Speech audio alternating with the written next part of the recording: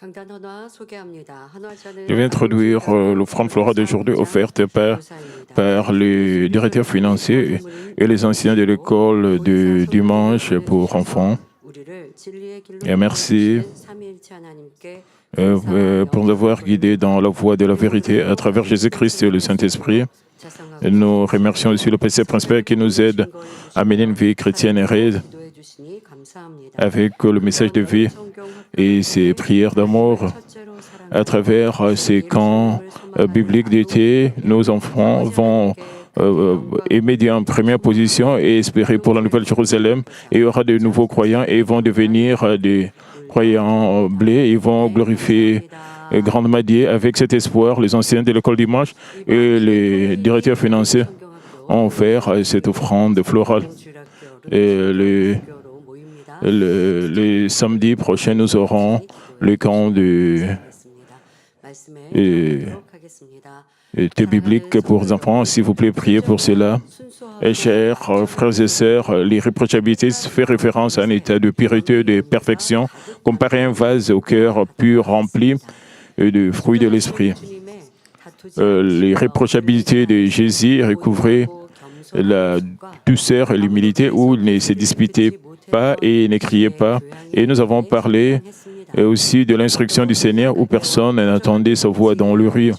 Nous avons examiné la signification spirituelle d'un roseau cassé, un des millions qui fume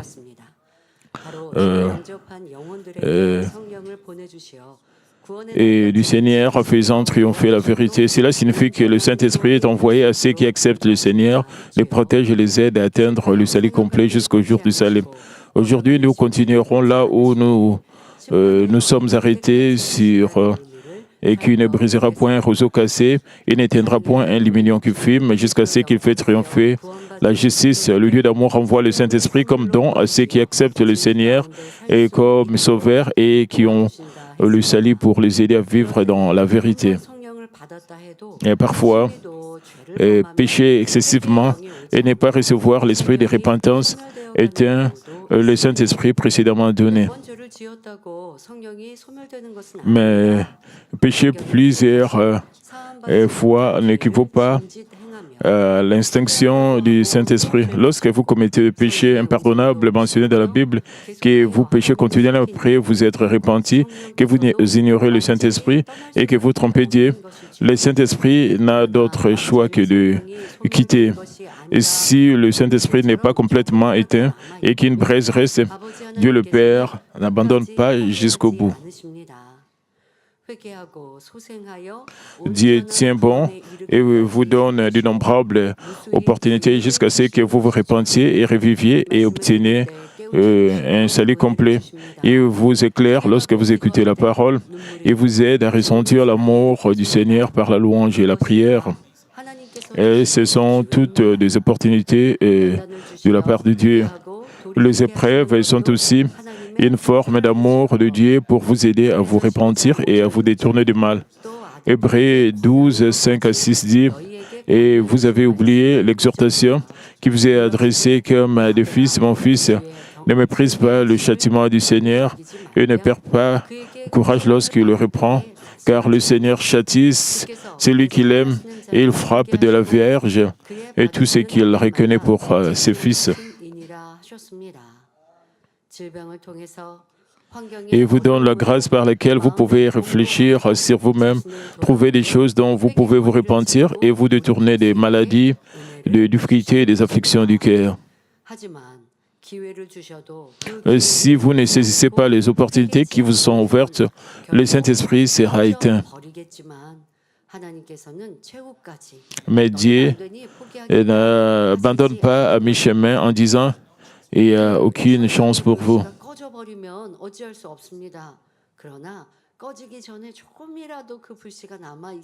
Et quand il n'y a plus de braise, mais s'il y a au moins une braise, Dieu vous donne la chance. Et c'est la signification de jusqu'à ce qu'il fait triompher la justice.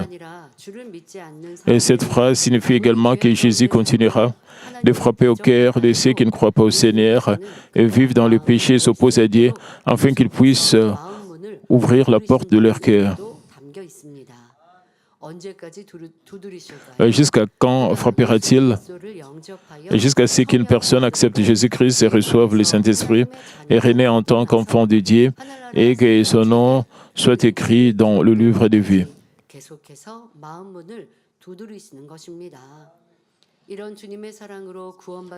En tant que personnes qui ont reçu le salut à travers l'amour du Seigneur, nous ne devons pas non plus abandonner, nous épuiser dans nos efforts pour répandre l'Évangile à un grand nombre de personnes.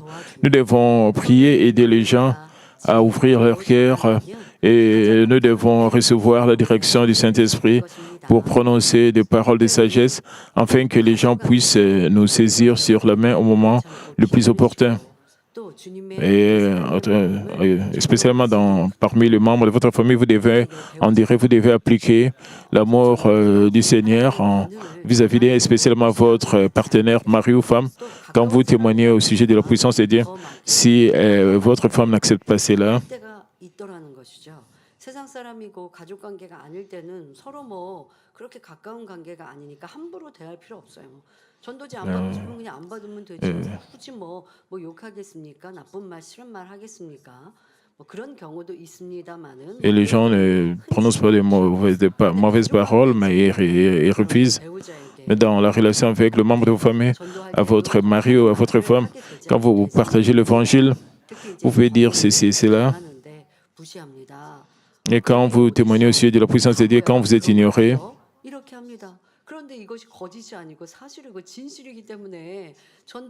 elle peut dire, est-ce que cela est vrai? C'est pour cela, quand nous partageons l'évangile, nous pouvons être frustrés, même quand nous disons la vérité à votre femme ou à votre mari, et ils peuvent dire, c'est pas vrai. Et l'autre partenaire peut prononcer même de mauvaises paroles. Et quand il y a des disputes, vous voulez abandonner, vous ne devez pas abandonner. Et que devons-nous faire? Nous devons nous souvenir de l'irréprochabilité du Seigneur. Il n'a jamais cassé, il n'a jamais brisé les roseaux cassés, ni il n'a jamais éteint les luminaires qui fument. Même si votre femme ou votre mari n'accepte pas le Seigneur, en partageant l'évangile, vous devez être sage. En prononçant des paroles, nous devons dégager l'arôme de Christ plus que les paroles. C'est pour cela que vous devez d'abord vous-même être transformé. Vous devez vous équiper des instructions du Seigneur, alors ce serait facile pour vous de faire que l'autre personne puisse ouvrir son cœur. Certains d'entre vous vous pouvez vous sentir frustrés. Et certains d'entre vous, le mari, les femmes sont venus à l'église et après, ils ont quitté l'église et ils ont prononcé de mauvaises paroles. Alors, que devons-nous faire? Est-ce que cela signifie que nous devons abandonner? Même si c'est le cas, nous ne devons pas faire ça, nous ne devons pas abandonner. Il y a plusieurs cas où le mari ou la femme suit leur mari ou leur femme sans expérimenter l'œuvre du Saint-Esprit. Vous devez vraiment, puisque vous n'avez pas montré très bon exemple à votre mari ou à votre femme, et il peut aussi avoir le cas où votre mari ou votre femme a reçu le Saint-Esprit, mais après cela, ils ont quitté l'Église. Vous ne devez pas abandonner. Comme ils sont membres de votre famille, vous ne devez pas abandonner.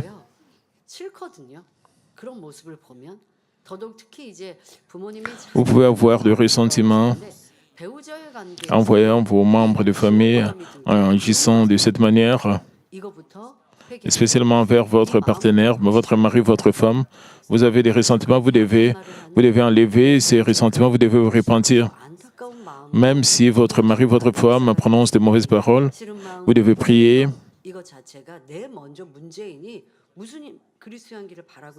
Mais si vous avez des ressentiments, comment est-ce que vous pouvez dégager l'arôme de Christ? Comment est-ce que vous pouvez faire briller la lumière de Christ?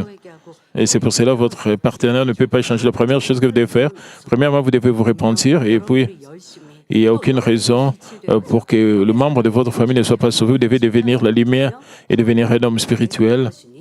Alors, le temps viendra pour leur saler. C'est pour cela que vous ne devez pas abandonner.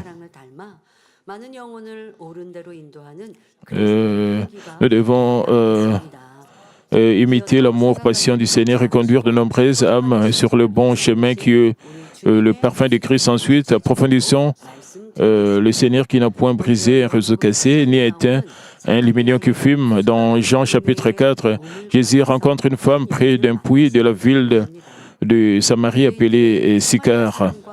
Même si les Juifs n'avaient aucun rapport avec le Samaritain, Jésus a donné la vie à la femme troublée et affligée.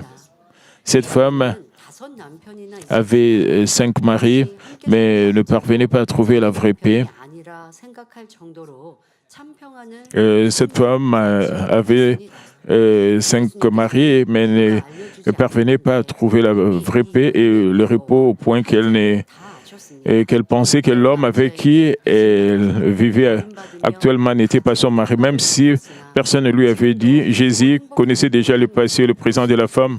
Elle a été trahie et abandonnée par de nombreux hommes et a traversé de nombreux hauts et bas.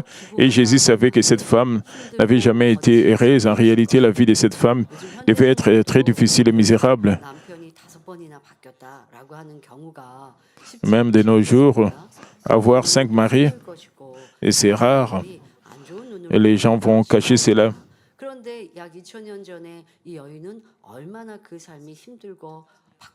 Et c'est là, il y a 2000 ans, c'est-à-dire sa vie était difficile, dure et misérable.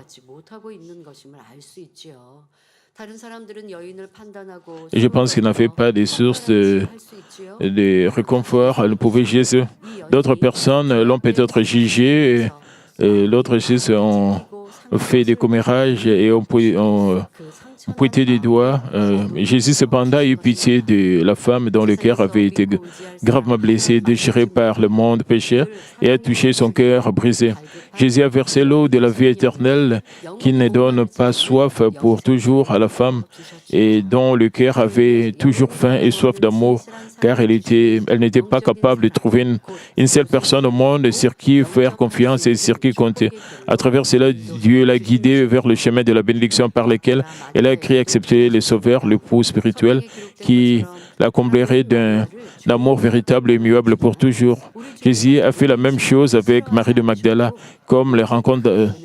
La Bible de Jean considérait Marie comme une pécheresse, mais le Seigneur ne l'a pas rejetée ni éloignée d'elle et lui a seulement accordé une grande grâce. Marie a été guérie à travers l'amour du Seigneur et a reçu une nouvelle vie. Elle est devenue une femme qui a suivi Jésus jusqu'à sa mort. Dans Matthieu chapitre 9, Jésus mangeait dans la maison d'un publicain nommé Matthieu. À cette époque, Israël était sous l'impression romaine et les collecteurs d'impôts étaient grandement méprisés par le peuple. Cela signifiait que même les collecteurs d'impôts avaient leur part de ressentiment et qu'ils avaient été très blessés. Et comme ils avaient été blessés, ils furent envahis par le ressentiment. Il y aurait eu des moments où les collecteurs d'impôts auraient riposté avec plus de force et de colère. Mais Jésus ne s'est pas éloigné d'eux à cause de leurs actes pécheurs. Il comprenait leur cœur déchiré, brisé, qui avait conduit à de tels actes et désirait les guérir. De la même manière, dans le passé et dans le présent, vous avez tendance à faire des commérages et à étiqueter de la même manière que les personnes avec qui vous restez en compagnie. Mais le Seigneur s'en fichait. Jésus n'a pas regardé l'extérieur d'une personne, mais son cœur a essayé d'amener une âme de plus au salut. Il voulait sauver les âmes brisées, torturées et piétinées et n'avait pas peur de critiques des autres. Jésus n'a fait que de bonnes œuvres. C'est l'amour qui ne brise point un roseau cassé. Notre Seigneur connaît si bien le cœur des gens et fait preuve de miséricorde au lieu de condamner. Psaume 51, 5 dit « Voici, je suis né dans l'iniquité et ma mère m'a conçu dans le péché. » Tout le monde est né avec le péché originel, vivant Dans un monde gouverné par l'ennemi, diable et Satan, le Seigneur savait que les gens rencontreraient de nombreuses difficultés et auraient le cœur brisé, déchiré et lourdement souillé par le péché et le mal. Jésus a compris que d'un cœur brisé et taché et par le péché naissent des comportements grossiers, de paroles et actions trompeuses, et il a eu pitié d'eux.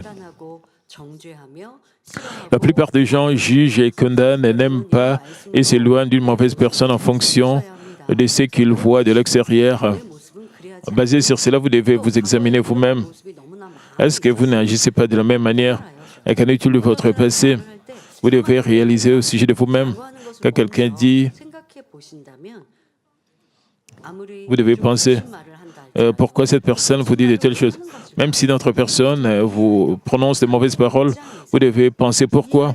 Vous devez vous mettre à la place de cette personne. Vous devez faire, si vous faites des efforts comme cela, ça serait facile pour vous d'embrasser votre personne. Je vais expliquer une fois de plus, c'est à la fin du sermon. Dans notre relation entre frères et sœurs, vous pouvez trouver ces hommes et qui sont brisés et veulent avoir la reconnaissance des autres, et veulent que les autres puissent leur prêter attention. Et ils prononcent parfois des mauvaises paroles, ils prononcent des paroles dures. Et quand vous écoutez de telles paroles, vous devez passer. Et elles prononcent des paroles mauvaises. Même si vous rencontrez de telles personnes, vous devez essayer de réaliser de telles personnes. Alors, ce sera facile pour vous d'ouvrir leur cœur. Et bien sûr, c'est mauvais de dire de mauvaises paroles, de prononcer des fausses paroles. Quand vous trouvez de telles personnes, vous devez essayer de les aider à se repentir. Si vous ne montrez pas un tel amour positif, si vous fermez votre cœur vis-à-vis de telles personnes qui prononcent de mauvaises paroles, c'est une grande condamnation. Vous avez déjà condamné cette personne d'être une mauvaise personne. C'est pour cela que vous rejetez cette personne. Vous ne voulez même pas parler avec cette personne. Même si vous ne disputez pas avec cette personne, vous commettez un grand mal. Et cela, c'est accumuler le péché devant Dieu. Quand vous essayez de parler avec cette personne ne peut pas directement ouvrir son cœur, mais vous devez essayer de réaliser son cœur, comprendre. C'est ça l'amour de notre Seigneur. 내가 악한 사람의 상대의 마음을 이해한다고 그래 너가 그렇게 말할 수밖에 없구나 하고 그냥 두라는 것도 아니고. Cela ne signifie pas que vous devez rejoindre les mauvaises personnes qui prononcent de mauvaises paroles et pour vous aussi prononcer mauvaises paroles. Vous devez montrer l'amour du Seigneur et pour essayer de changer ces personnes qui prononcent de mauvaises paroles. Mais plutôt que de les juger, de les condamner, Jésus a tendu la main avec amour à ceux qui avaient le cœur brisé pour les guérir. Notre berger a utilisé une analogie pour expliquer la bonté et l'amour du Seigneur et qui peuvent embrasser le méchant. Il a comparé cela à la façon dont un parent traiterait un enfant égaré. Et il a dit qu'il y a deux réactions majeures face à un enfant qui ne cause que des ennuis et du chagrin.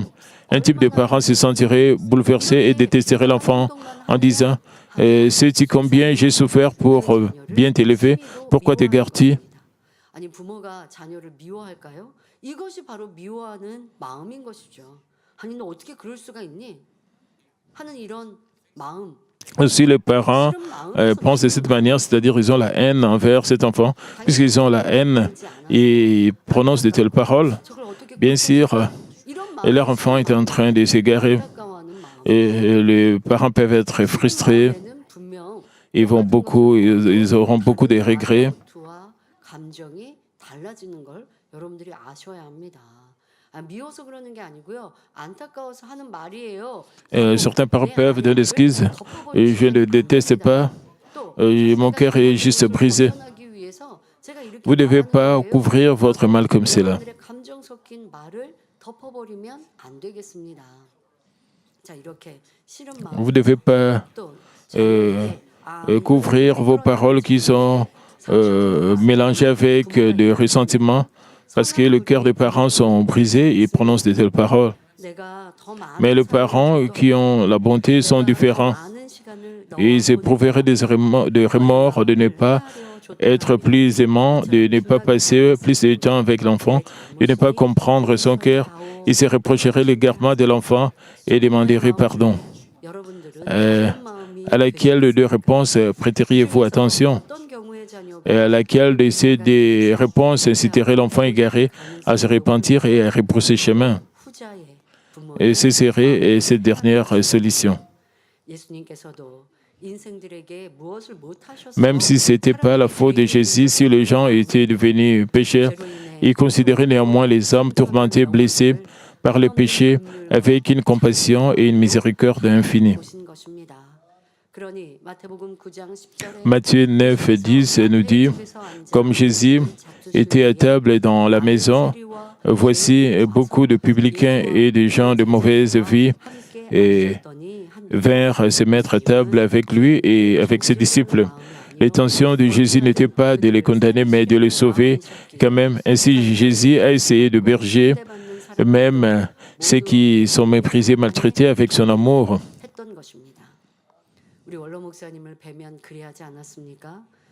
Et quand nous avons rencontré notre berger,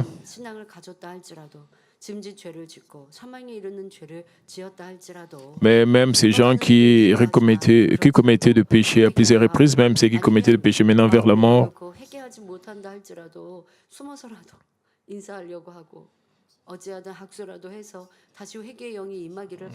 certains d'entre eux essayaient de saluer le berger et de recevoir l'esprit de repentance.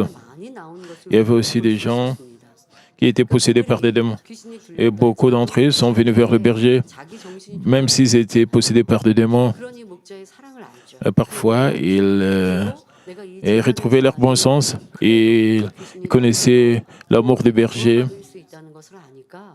Et les démons annés, et ils savaient que les démons annés vont quitter. C'est pour ça qu'ils venaient et se présentaient devant le berger. Et parfois, ils étaient incontrôlés. Et comme ils venaient vers le berger, et tout a été cimenté par la lumière. Vous pouvez vous demander comment est-ce qu'ils peuvent venir devant le berger?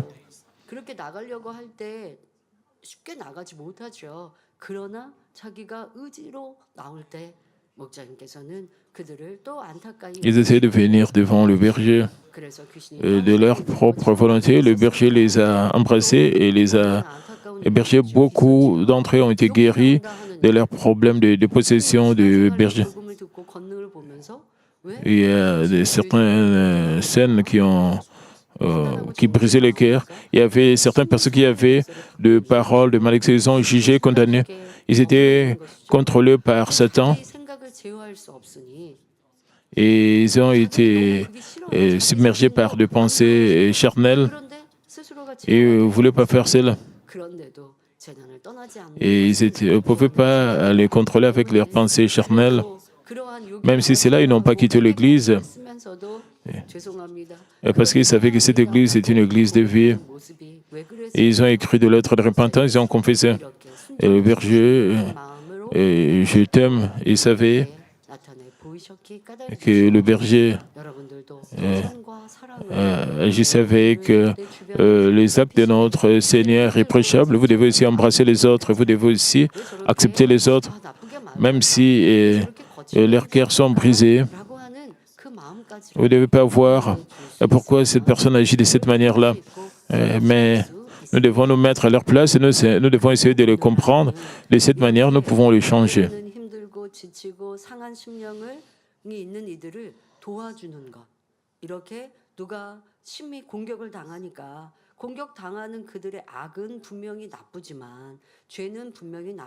Mais de nos jours, il y a des gens qui commettent le mal. Le mal, c'est pas bien. Mais quand nous tendons la main, nous essayons de trouver ces gens. Et il y a des gens aussi qui se suicident. Et il y a aussi des gens qui les aident pour ne pas commettre le suicide. Donc aujourd'hui, nous vivons dans un monde où une telle bonté n'est pas acceptée. Lorsqu'une personne fréquente des personnes qui sont critiquées simplement par bonne intention, elle reçoit également des critiques. À l'époque de Jésus, le méchant calomniait Jésus pour ses actes de bonté et d'amour, le qualifiant de glouton et d'ivrogne, d'amis, de publicains et de pécheurs. Et Jésus, qui connaissait le cœur de ceux qui les calomniaient, disait dans Matthieu 9, 12 à 13, et c'est que Jésus, ayant entendu, dit, et ce ne sont pas ceux qui se portent bien qui ont besoin de médecins, mais le malade.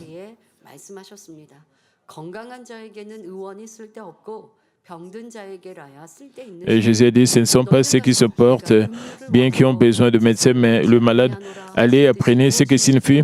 Je prends plaisir à la miséricorde de nos sacrifices, car je ne suis pas venu appeler des justes, mais de pécheurs. Et Jésus n'a pas riposté ni discuté ouvertement. Il a simplement et il essayait simplement de les éclairer avec la vérité. Malgré les calomnies, Jésus n'a pas hésité à s'approcher des pécheurs. Il a guéri les cœurs et les âmes et les a guidés vers la vie éternelle. Certaines personnes regardent les pécheurs qu'avec pitié et hésitent à les conduire sur le chemin du salut et de la bénédiction.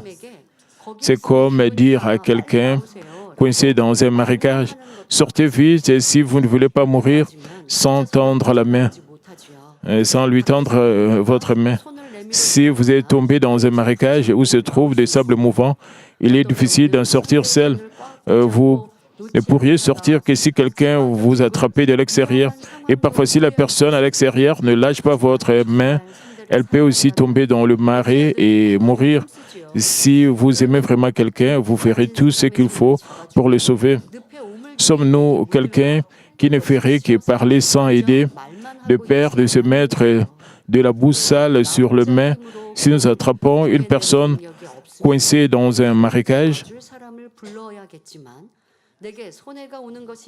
Naturellement, vous pourriez appeler à l'aide si vous n'avez pas la capacité de le sauver par vous-même. Cependant, il est important de vérifier si vous n'avez pas fermé les yeux sur les âmes mourantes parce que vous ne vouliez pas d'ennui.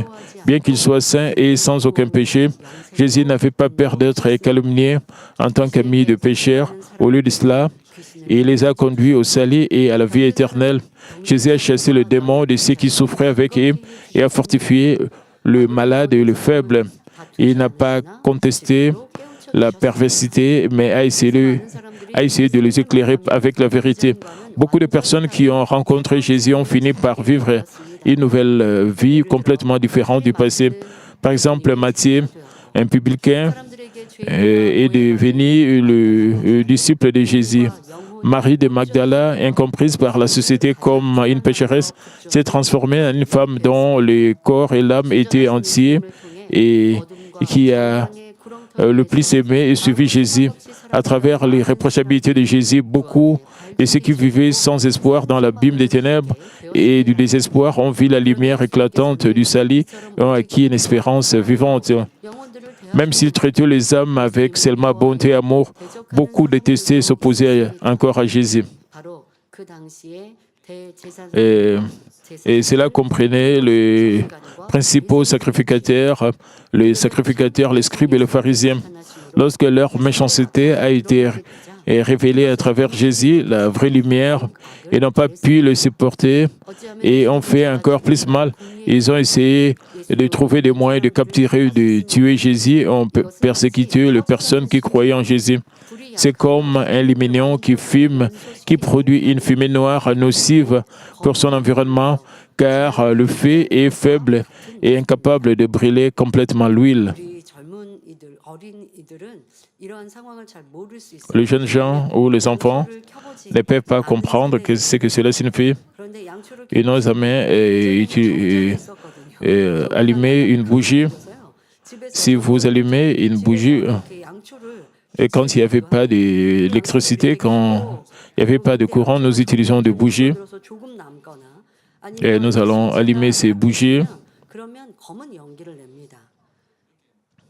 Et parfois, le feu était affaibli et il y aura aussi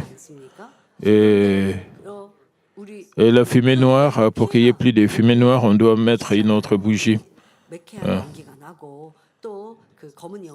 Quand il y a la fumée noire, c'est là, est nuisible à notre corps. Mais Jésus n'a pas fait cela. Même s'il y avait des âmes avec la fumée noire, il ne les a pas laissés dehors. Le lumignon est généralement éteint pour que la fumée noire cesse. Cependant, Jésus n'a pas fait cela lorsque les gens qui se tenaient comme un lumignon qui fument à cause de leur méchanceté ont fait du mal et ont nui à Jésus et il ne les a jamais maudits ni voulu qu'ils soient détruits. Jésus a uniquement enseigné par des paroles afin que ces gens puissent se repentir et se détourner de leurs péchés. Et comme le cas de Job, Job n'était pas comme Jésus quand ses amis l'ont méprisé. Et Job a commencé aussi à prononcer de mauvaises paroles. Il a commencé à disputer, il a commencé à détester ses amis. Mais notre Jésus ne peut pas être comparé à Job. Il avait une bonté qui ne peut être comparée à personne. Vous devez penser à vous-même aussi et à votre passé. Vous devez réfléchir sur votre vie passée. Je ne fais pas cela pour le moment. Il y a seulement quelqu'un d'autre qui nous maudit. Vous devez penser comment est-ce que vous êtes comporté dans le passé.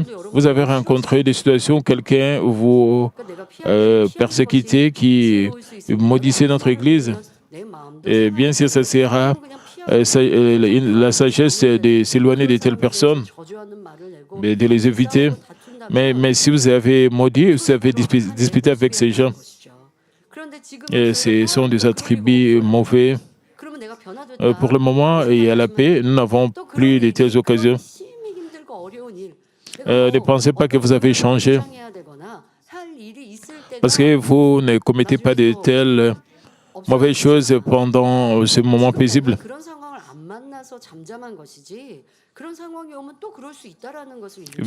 Juste parce que l'Église est dans une période paisible, et si vous vous trouvez encore dans des épreuves, vous pouvez encore commettre le péché.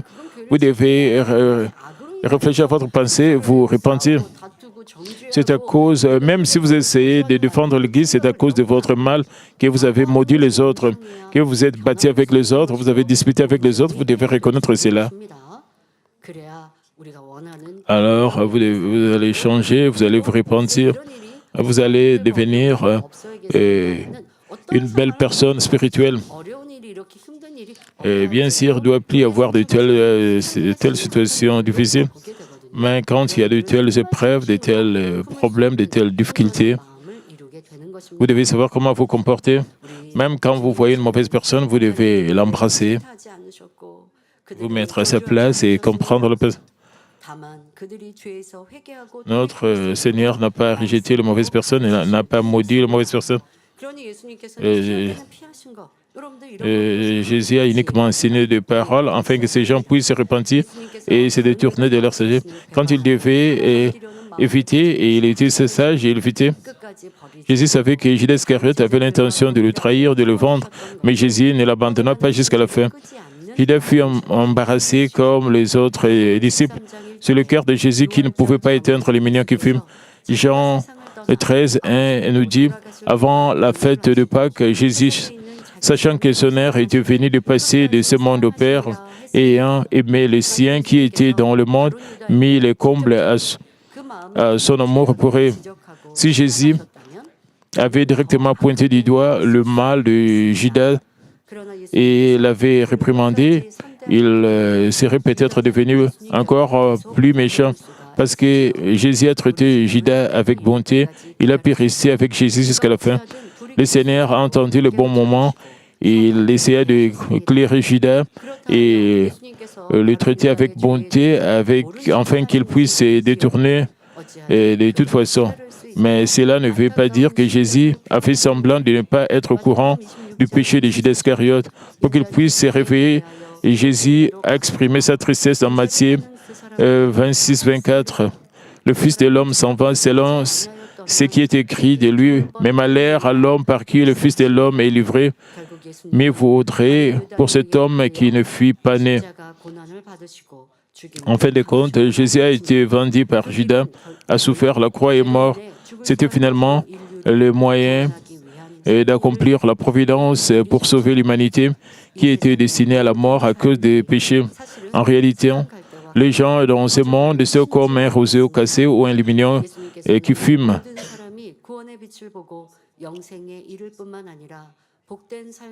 Et une fois pour toutes, Jésus a ouvert la voie par son sacrifice complet, afin que chacun puisse voir la lumière du salut, atteindre la vie éternelle et vivre une vie bénie. Par égard pour la grande volonté et la secrète providence de Dieu, Jésus endurait toutes les souffrances avec bonté et amour. Et chers frères et sœurs, que vous puissiez imiter le cœur irréprochable de Jésus et de ne pas briser un roseau cassé, ni éteindre le lumignon qui fume. Si une personne qui, selon vous, ne peut être sauvée d'un point de vue charnel, j'espère que s'il y a une personne qui, selon vous, peut être sauvée du point de vue charnel, j'espère que vous n'abandonnerez pas, que vous ferez tout, que vous ferez pour conduire cette personne au salut. S'il y a quelqu'un qui dégage le mal malgré que vous fassiez le bien, j'espère que vous aurez pitié de son esprit, que vous n'éteindrez point les lumignon, même si vous essayez de détester le mal. Même dans la foi, il y a des âmes comme des roseaux cassés de lumignon qui fument. Romains 14, 1 dit, faites accueil à celui qui est faible dans la foi, ne discutez pas sur les opinions. Ce sont les âmes avec une foi faible qui trébuchent dans les épreuves et les tribulations et n'ont pas la force spirituelle pour venir seul à l'Église. Ce sont des gens qui rendent la tâche difficile aux croyants à cause de leur méchanceté et qui n'a pas encore été rejetés. Ce sont des hommes qui commettent le mal, quittent l'Église et découvrent plus tard qu'ils ont tort, mais ils se sentent gênés, honteux de revenir. J'espère que vous visiterez d'abord ces hommes et que vous leur tendrez la main. Ce sont aussi des gens qui étaient le premier dans la foi, mais maintenant ils sont derniers au sens spirituel. Certaines personnes arrivées plus tard peuvent se retrouver spirituellement en tête et reçoivent plus d'amour et de positions plus élevées, tandis que ceux qui sont arrivés en premier deviennent les derniers. Ainsi, ceux qui sont arrivés en premier, mais qui sont laissés pour compte, peuvent avoir du mal à recevoir amour et reconnaissance parfois, parce qu'ils sont contrariés, ils commettent le mal et deviennent jaloux des autres et font des commérages à leur sujet. Et ceux-ci sont comme les lumignons qui fument, qui émettent de la fumée noire. Si vous êtes vraiment en avance spirituellement, vous devez comprendre, accepter le sentiment intensif de ceux qui sont moins avancés. Vous devez comprendre leur cœur. Vous ne devez pas penser, il peut juste rejeter le mal. Il doit pas se sentir de cette manière. Vous devez comprendre leur cœur. Vous devez comprendre pourquoi cette personne se sent de cette manière, pourquoi cette personne est bouleversée. Avec cette compréhension, vous devez l'embrasser, vous ne devez pas rejeter toutes ces personnes. Et vous allez essayer de les aider. Et c'est de cette manière que vous embrassez et vous hébergez les âmes dans votre cœur.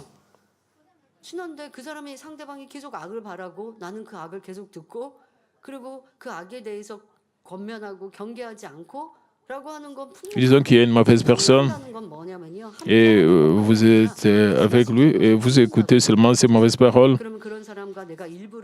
Ça, c'est pas abriter et donc héberger cette personne dans votre cœur et l'embrasser. Cela ne signifie pas seulement embrasser. Vous devez essayer de changer cette personne. Vous devez essayer d'aider cette personne. Même si cette personne est lente à changer, si vous prononcez des bonnes paroles, des paroles gentilles, cette personne va comprendre qu'elle était en train de juger, de condamner les autres. De cette manière, vous jouez votre rôle. Même après cela, même si cette personne se sent bouleversée après cela, vous ne devez pas abandonner.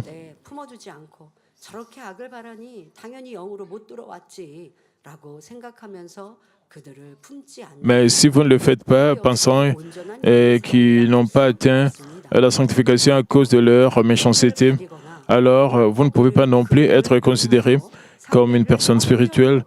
De plus, un cœur irréprochable ne sait pas de vaincre les autres en distinguant le bien du mal. À quoi cela servirait-il si nous distinguons le bien du mal, et révélant ainsi les erreurs des autres? Au contraire, nous finirons par éteindre un lumignon qui fume. Il est important d'essayer de le sauver au lieu de le piétiner et de le détruire.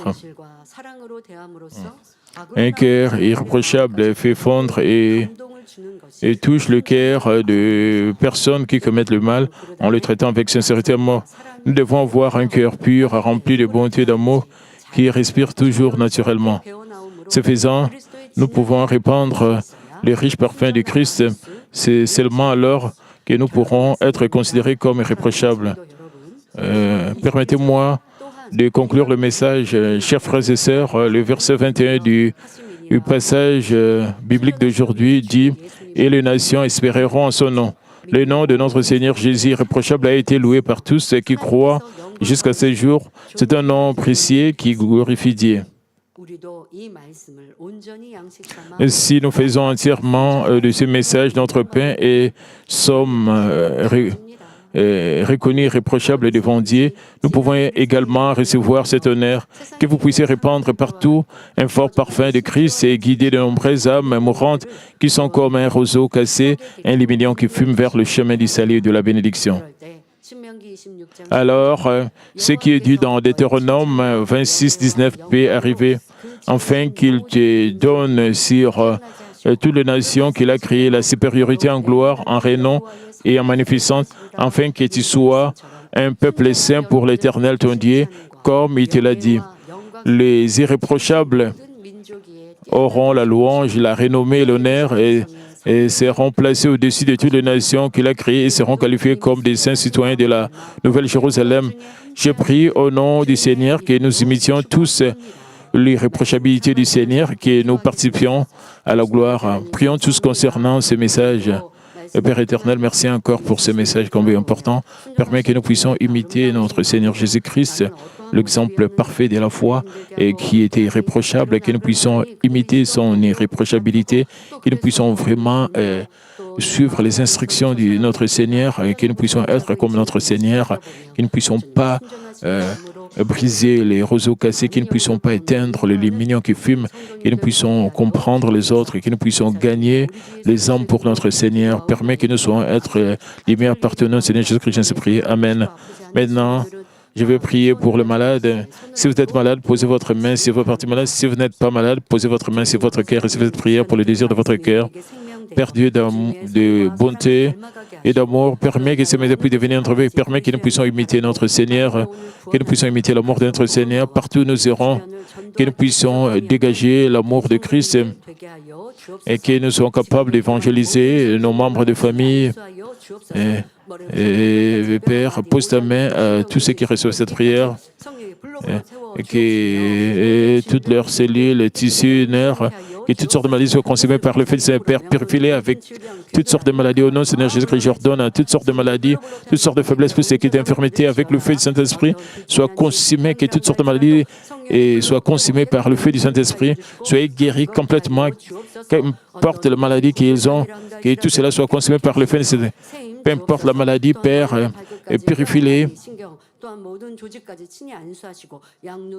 S'il te plaît, pose ta main sur leurs tissus, leurs os, dans les deux oreilles, qu'ils puissent bien voir, qu'ils puissent bien entendre.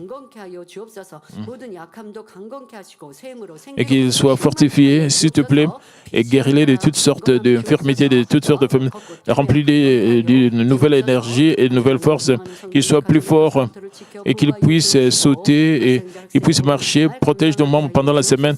Et soit avec nos étudiants qu'ils puissent bien étudier. Et le samedi, nous aurons la retraite d'été des enfants de l'école de dimanche, que de nouveaux venus qu'ils puissent avoir un temps de grâce et de bénédiction. Et s'il te plaît, soit avec tous les événements pendant ces camps bibliques d'été des enfants. S'il te plaît, protège tous les membres de ma mine ici en Corée et à l'extérieur, protège toutes sortes de désastres, toutes sortes d'accidents. Merci, j'ai ainsi prié au nom de notre Seigneur Jésus-Christ. Amen.